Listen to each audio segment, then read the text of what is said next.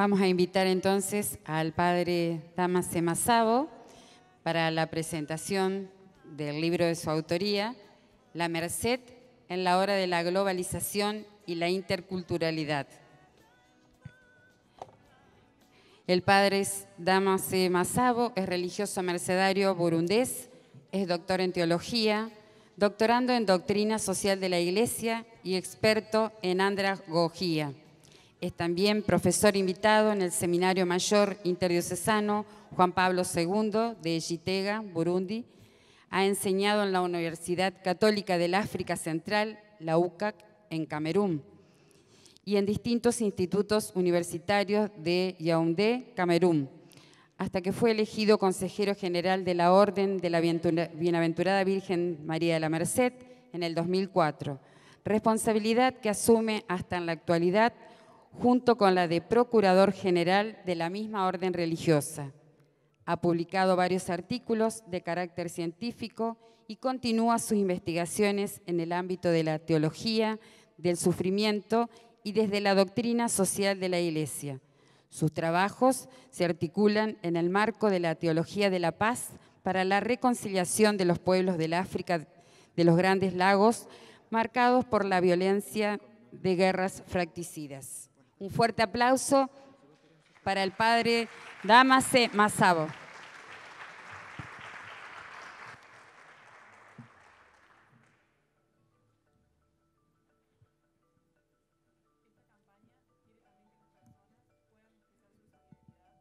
Muchísimas gracias. Antes de presentar el libro, quisiera situarme más o menos de dónde soy, porque esto va a ser interesante a la hora de comprender el desarrollo del tema que estudio en este libro. Tengo que añadir a la presentación que efectivamente yo soy de Burundi. Soy religioso mercedario, pertenezco a la provincia de Castilla, en España. Y me formé, hice la teología en España. Y trabajé como experiencia pastoral, porque eso es determinante.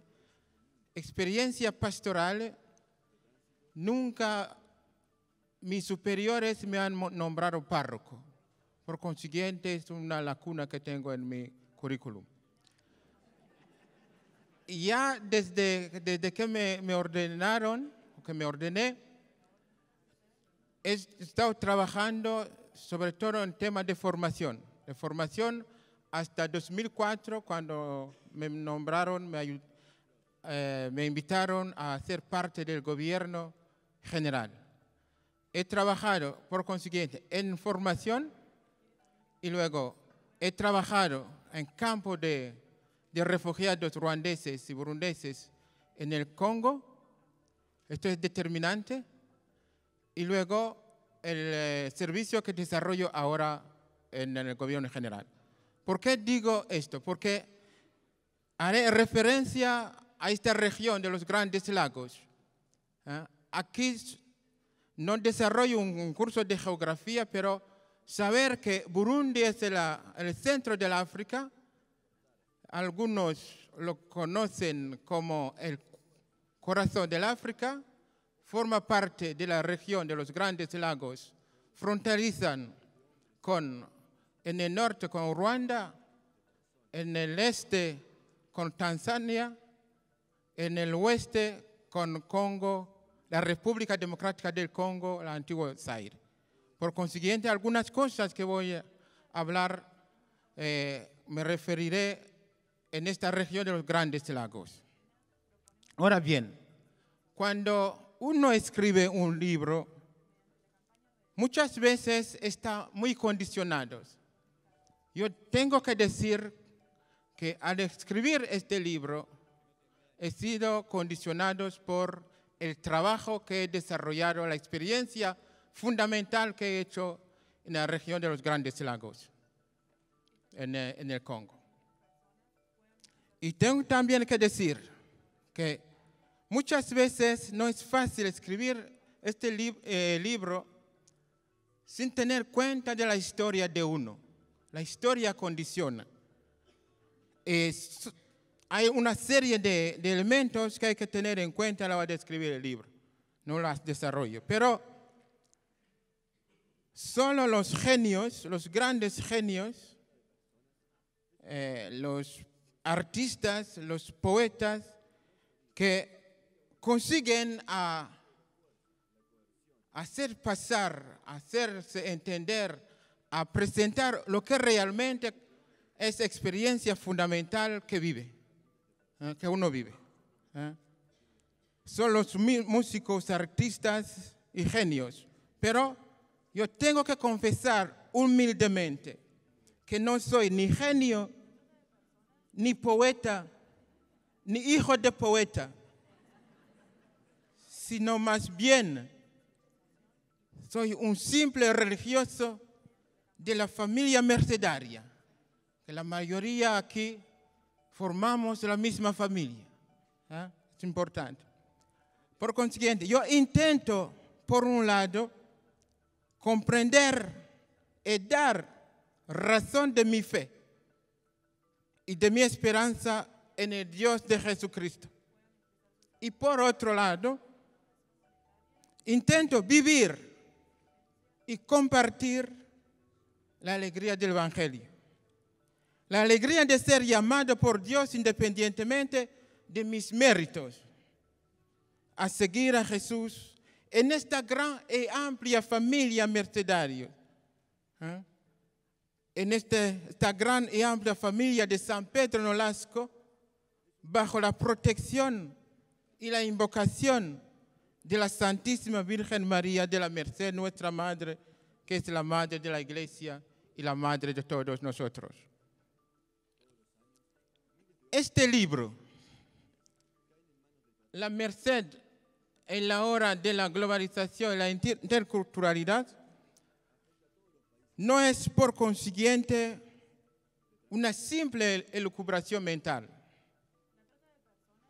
No es, desde luego, un libro de metafísica. El metafísico en la sala que quiera entender este libro desde la clave metafísica quedará decepcionado, porque no es un libro de metafísica. Este libro es ante todo un testimonio de vida, una expresión de mi fe y esperanza en el advenimiento de un mundo más humano, menos violento, más fraterno y más sereno. Por tanto, parto de este presupuesto que efectivamente es posible otro mundo. Otro mundo es posible. La Merced, en la hora de la globalización y la interculturalidad, intenta reflejar un conjunto de experiencias variadas, algunas más gozosas que otras, algunas hasta más duras, experiencias más duras como encontrarse a una hora de estar fusilado. Por eso no hago la metafísica. Hablamos de lo que vivimos, de lo que hemos vivido, tocado y experimentado. Algunas experiencias son gozosas, otras duras. En este libro se puede leer la vida de un religioso africano formado en universidades europeas, Salamanca, Madrid, en donde la abstracción y la especulación constituyen la nota característica del quehacer teológico.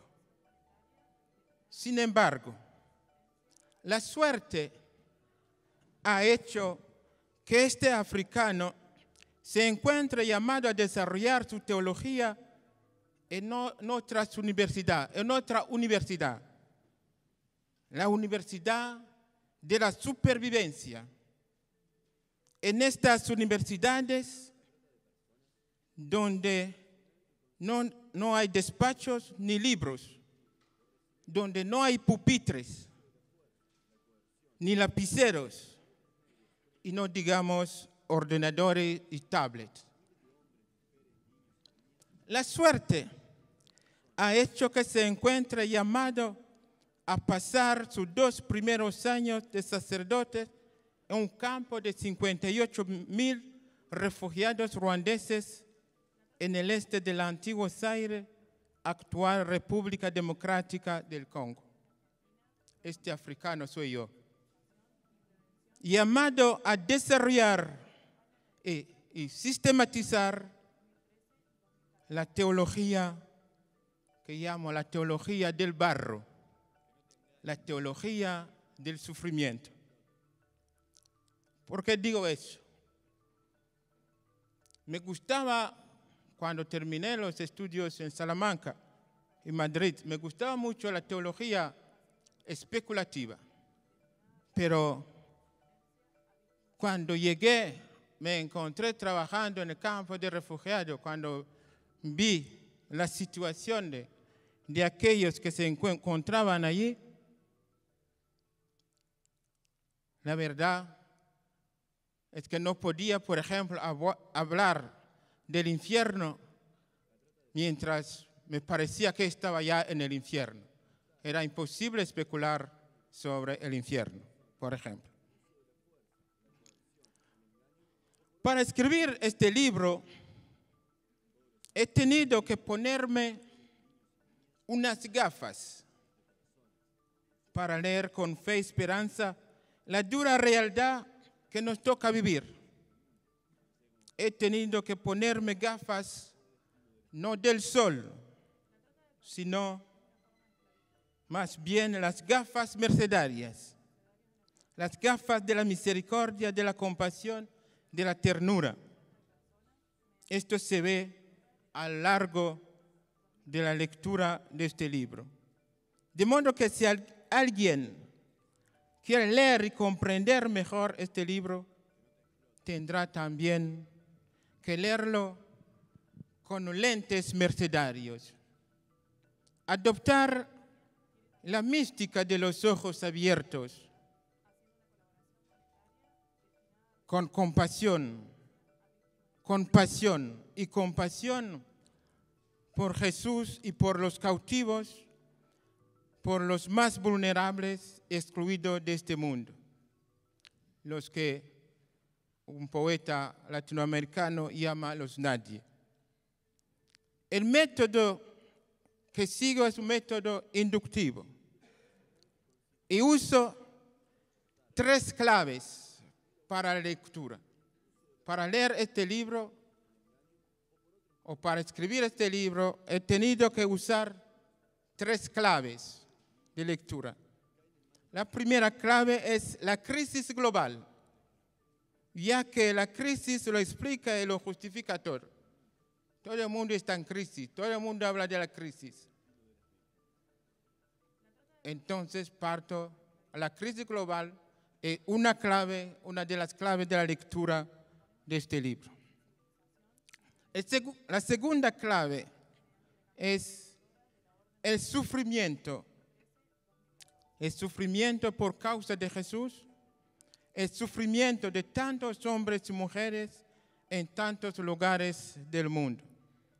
He tenido la posibilidad de tocar con mis manos este sufrimiento. En algún momento contaré 1 o 2 experiencias. Podría ya señalar la experiencia, por ejemplo, que he tenido con los niños, como hablo de los niños de Sudán, como esta mañana salió el problema de los niños soldados en Sudán. Todo el mundo, los mercenarios, sabemos que hace unos años la orden organizó una campaña de redención de los niños abandonados, esclavos, antiguos soldados ahí en el Sudán. Me tocó ir a evaluar este proyecto. Y si tenemos tiempo, podremos volver a estas experiencias. La tercera clave es aquella realidad que según Benedicto XVI constituye el pulmón espiritual de la humanidad frente a la secularización y al relativismo religioso que constituye una amenaza existencial para el Occidente. Cuando habla del futuro del cristianismo, Benedicto XVI dice que África, Asia y América Latina constituyen el pulmón espiritual de la humanidad. En el libro hablo del tiempo de los herederos. Hablo del tiempo de los herederos. Ahora todas las congregaciones ahora están movilizadas, se reestructuran, plantean como el futuro. El tiempo de los herederos es una categoría también interesante que podía explicar más. Se trata de aquella realidad en que en su momento un tal Billman caracterizó de tercera iglesia con su famosa obra ya clásica, La tercera iglesia a las puertas. Los más maduros conocen esta obra seguramente. Y de paso, el fundador del movimiento Sant'Egidio, hablando justamente de la situación actual de la iglesia, refiriéndose, citando esta obra, La tercera iglesia a las puertas, dice: ahora, no es que la tercera iglesia está a nuestras puertas. No, el hijo de la tercera iglesia está sentado en la cátedra de San Pedro. Esto lo dice el historiador, fundador del movimiento Sant'Egidio, refiriéndose al Papa Francisco, que viene del fin del mundo sentado en la cátedra de San Pedro. Está fundamentado, se puede leer, se puede ver la referencia, está la referencia en el libro. Ahora bien, ¿cuál es el contenido del libro? El libro está estructurado en 3 capítulos enmarcados por la introducción y la conclusión. El lector se encontrará con un rico aparato crítico donde podrá encontrar fuentes y bibliografías para completar y comprobar la información, las ideas que por las exigencias del tiempo y de la colección Pro Redemptione no he podido ampliar más, pero puede encontrar estas fuentes bibliográficas, puede comprobar muchas afirmaciones que hago aquí. En el primer capítulo intento descubrir y describir con fe la realidad del mundo que nos toca vivir. Y me encuentro con un mundo en crisis global, una crisis antropológica, dirían Benedicto en Africa Munus, número 11, y también Papa Francisco en Evangelii Gaudium 55. Es un mundo en crisis de fe y de esperanza. Y para el magisterio actual estamos viviendo un momento de giro histórico que se manifiesta en diversos campos o ámbitos. Evangelii Gaudium 52. Se trata de un momento de cambio de época que requiere un discernimiento y que se puede convertirse en un kairos, un momento oportuno, una ocasión para proyectar de un modo nuevo. Esto lo podéis leer, lo podemos leer en Caritas in Veritate 21. Y allí Benedicto XVI nos da la clave de comprensión de esta crisis. En el segundo capítulo, intento presentar algunos retos y desafíos para la merced del siglo XXI. Es el capítulo más largo.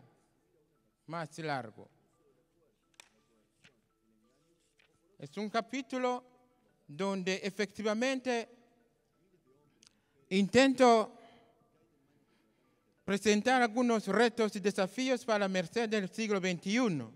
Y aquí toco muchas realidades, intentando desarrollar y dando también algunos fundamentos, elementos de bibliografía para profundizar las realidades que la hermana Bárbara ha presentado, sobre todo en la última parte.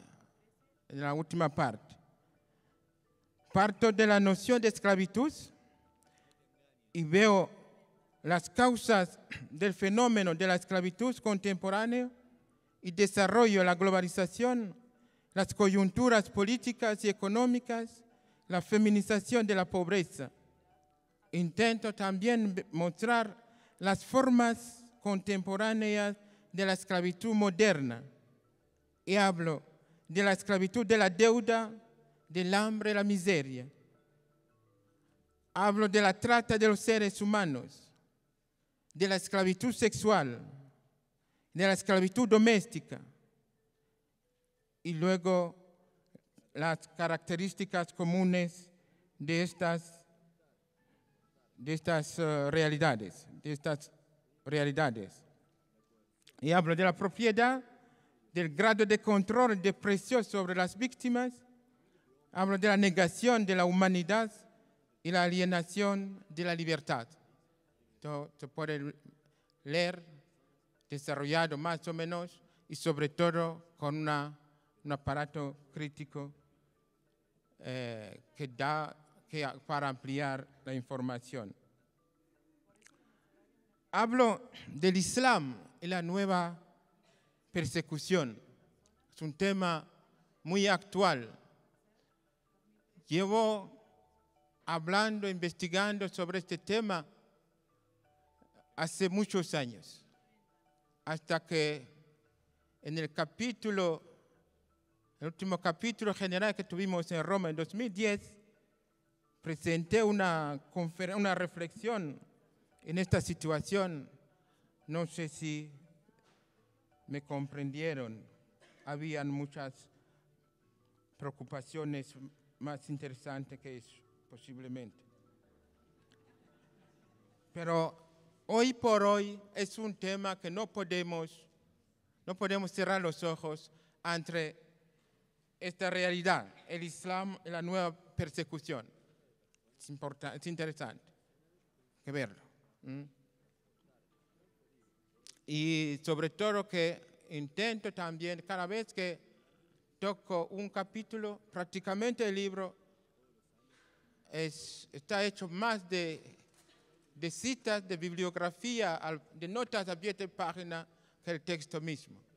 Es otro método, otra forma, también otra metodología.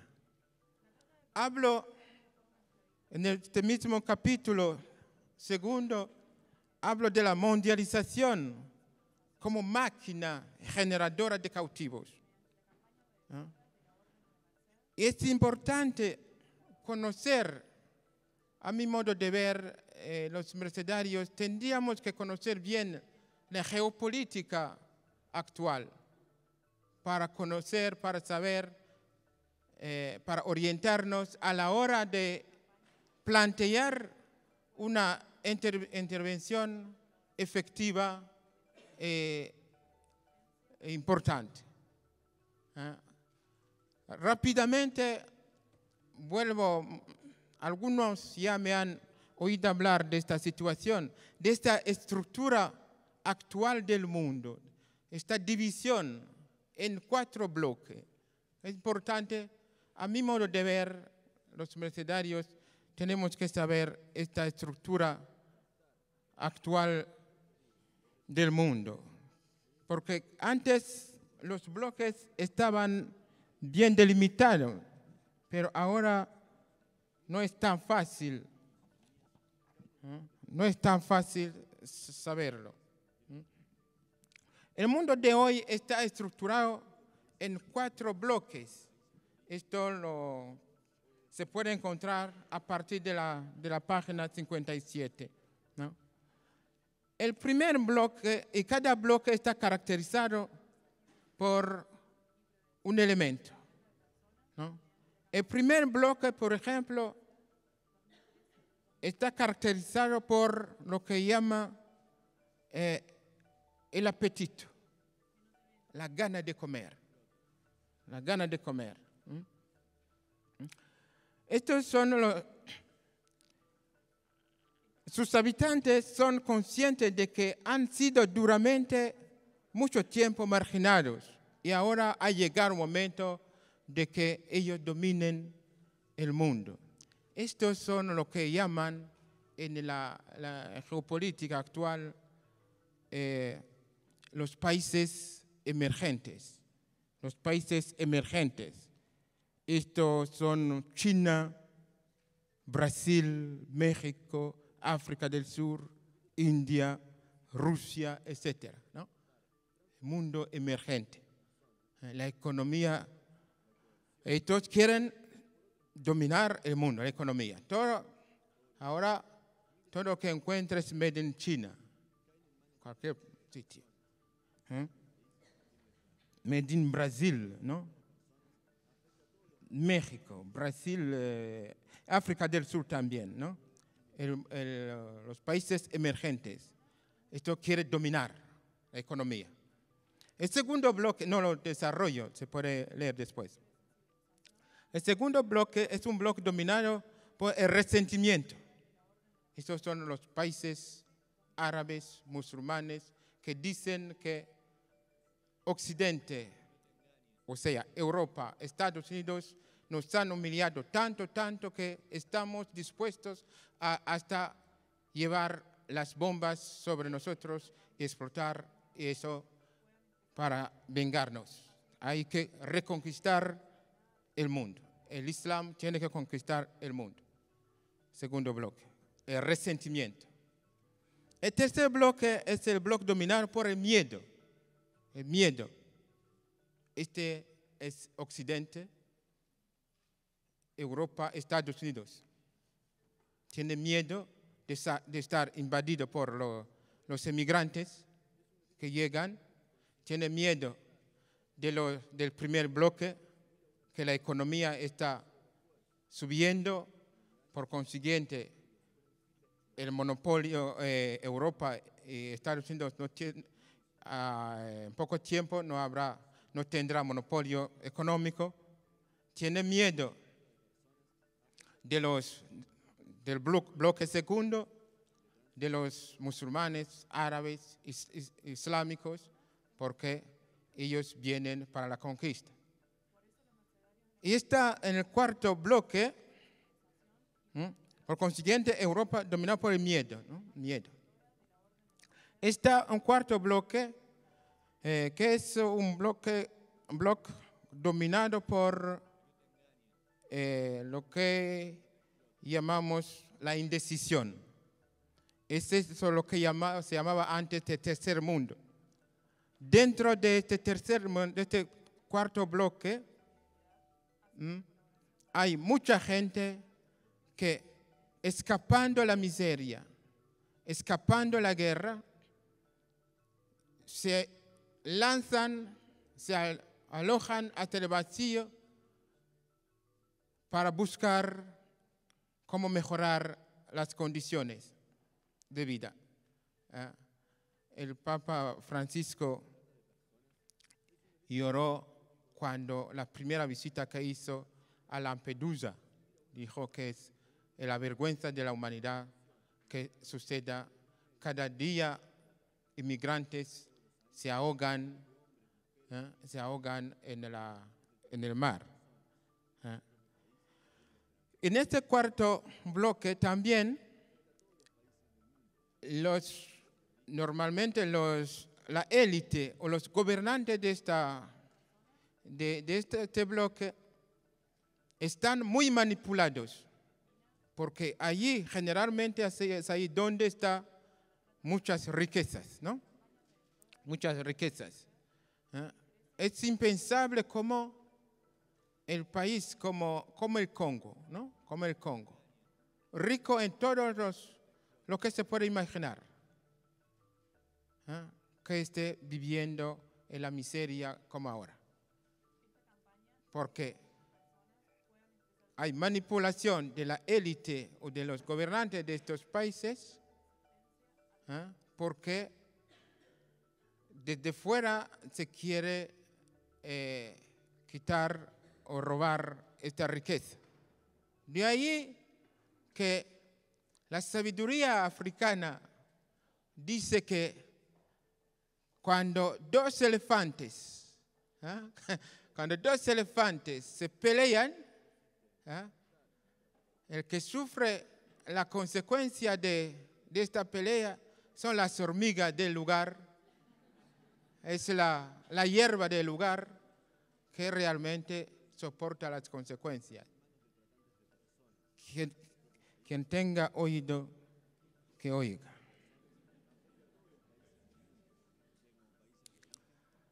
Después de desarrollar este tema de los bloques, ¿no? También paso a otro, después del Islam, la nueva persecución, esto de los bloques, paso también a experiencia como la complejidad del mundo de la cárcel, ¿no? Del mundo de la cárcel.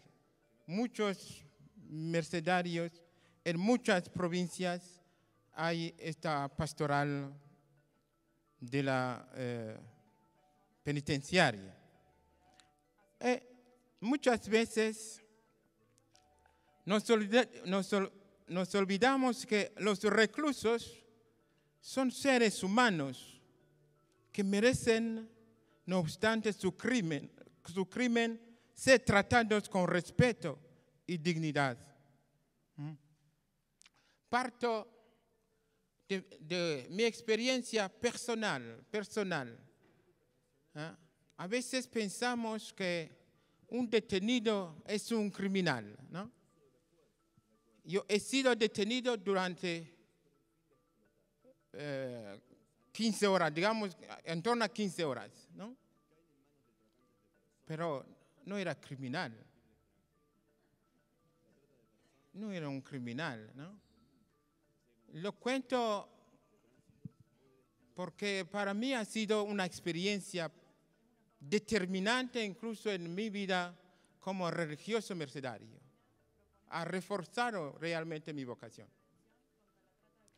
Cuando terminé mis estudios, mis superiores legítimos me enviaron a trabajar en los campos de refugiados en Congo, en la región de los Grandes Lagos.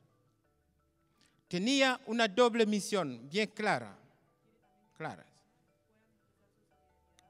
Comenzar, por un lado, a ocuparme de la formación de los africanos. Comenzar el plan de formación de los posibles candidatos africanos mercenarios. El segundo objetivo, la segunda misión, era trabajar efectivamente con los refugiados ruandeses y burundeses en este campo de 58,000 personas, con otros compañeros, naturalmente, mercenarios españoles. Llegué un día, se puede imaginar, Después de unos años en Europa, en España, fui a aterrizar en un campo de refugiados. Es una transición de Madrid al campo de refugiados. Es ahí donde fui a desarrollar la teología del barro. Llego allí, me recibieron naturalmente los compañeros, bien, en el campo. Pero el día siguiente tenía que ir a encontrarme con el arzobispo y explicarle, presentarle el proyecto de formación que traía. Fue en este momento, la mañana siguiente, tomé el transporte público de estos coches que cuando pasan, si uno no se aparta, se puede imaginar lo que puede suceder. Me fui al centro del campo, al centro de la ciudad de Bukavu. Era la primera vez que yo llegaba en este país. Y cuando no sabía que en este momento el presidente de entonces había decretado la expulsión, o lo que llamaba la operación de repatriamiento forzado, ¿no? Que los ruandeses y burundeses tenían que salir del Congo. No lo sabía. No había tenido tiempo de informarme y de escuchar la radio. Entonces fue un momento que llego donde tenía que parar, y cuando bajo se me presenta un joven vestido en civil, me pregunta mis documentos. Y yo tenía la idea de que tenía que identificarse para saber a quién daba mis documentos. Y cuando le digo que quién era para saber por qué me pedía documentos, en este momento, en un segundo, yo estaba al suelo, ¿no? En un segundo me apuntaban como 6 fusiles, como 6 fusiles. Y como un saco de carbón me metieron en una camioneta y me llevaron para un interrogatorio que no terminaba, me torturaron y al final me metieron en una cárcel, una celda sin luz, sin posibilidad ni siquiera de poder sentarme porque parecía que habían hecho esta celda a mi medida. Todavía incluso tenía las medidas más reducidas, ¿no? Bueno, el calibre estaba todavía pequeño. El caso es que me torturaron, el tiempo es poco, no puedo ir a los detalles, y al final me metieron en la cárcel. Pero como los compañeros no me veían llegar, empezaron a buscar, porque sabían que había salido, pero no me encontraban, no llegaba a casa. Se dieron cuenta que posiblemente había sido deportado. Claro, se preocuparon porque no podía ser deportado ni hacia Ruanda ni hacia Burundi. Porque si me llevaban en Burundi me mataban porque estábamos en guerra también. Si me llevaban en el Ruanda lo mismo me mataban por cuestiones políticas. Entonces, estuvieron angustiados buscando hasta que hacia las 5 de la tarde se fueron a ver al obispo y le preguntaron, le dijeron lo que había sucedido. Y el obispo, que era un sabio africano como los hay grandes, y dijo, si posible, si no lo han matado, lo vamos a encontrar. Entonces, porque sabía que aquel que entraba en esta cárcel no salía vivo. Y sabía también que los mataban a partir de las 7 de la tarde. Eran las 5.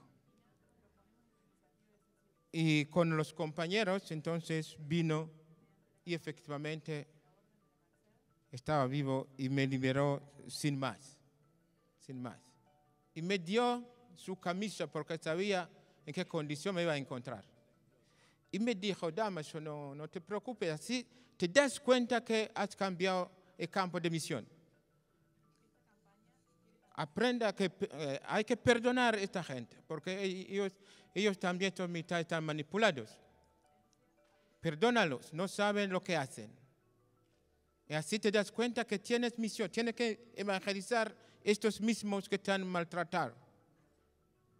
Y toma eso como un bautismo, una acogida, un recibimiento en este contexto. Y así, efectivamente, estuve trabajando en eso y esto me sirvió a situarme en el contexto y al mismo tiempo me liberó de posible miedo ante un sistema o ante cualquiera que sea. Pues, en el tercer capítulo intento presentar una figura, un prototipo de un mercenario en tiempo de crisis. Intento llamar la atención para que en formación empecemos a formar personas personas equilibradas, capaces de dialogar y de intervenir en este tiempo de crisis. Y llego a la conclusión de que los llantos de los esclavos modernos interpelan nuestra conciencia.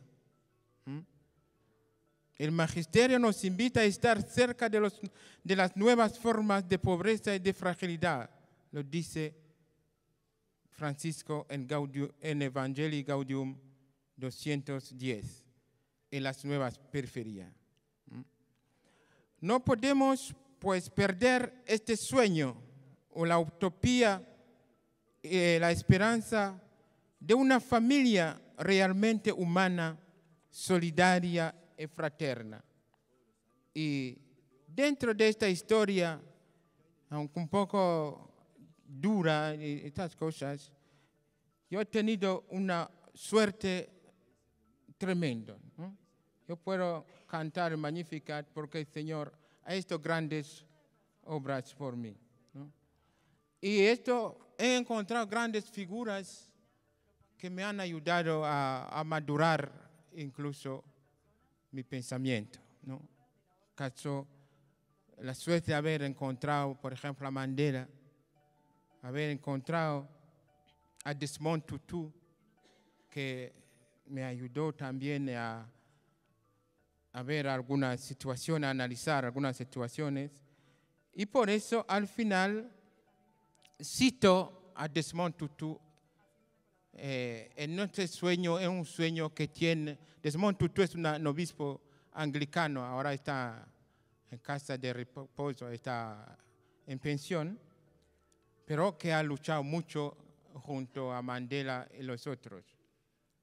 Y en su libro dice que también tenía sueño como un sueño de Dios. Y dice, con esto termino, Dios tiene un sueño para ti, un sueño para mí, un sueño para todos nosotros.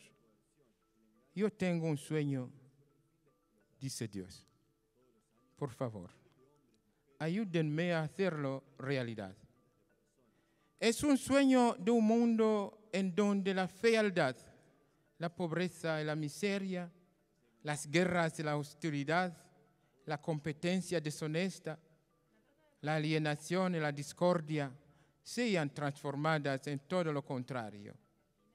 Un mundo en el que haya risa, alegría y paz, donde haya justicia, bondad, compasión, amor, solidaridad y armonía.